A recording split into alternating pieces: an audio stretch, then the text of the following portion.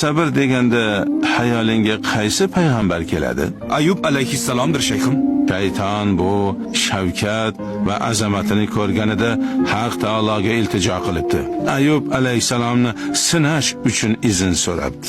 Haq taolo qabul qilibdi. Bir toqqa chiqibdi. Tog'da Ayub alayhisalomning sigirlari o'tlayotgan ekan. Shunday hayqiribdiki, sigirlari o'lib.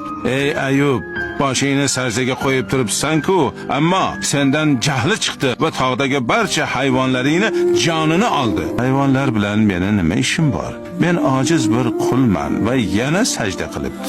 Ayub alayhisalomning 9 qizini halok qilibdi. Yana Ayub alayhisalomning oldiga boribdi.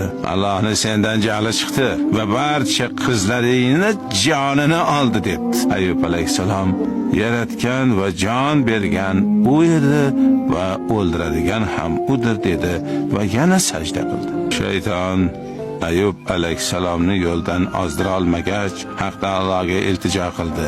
Bu Ayub qulinga qanday ham yuksak sabr beribsan? Molini tamoman yo'q qildim. Ko'nglini sendan ayirmadi.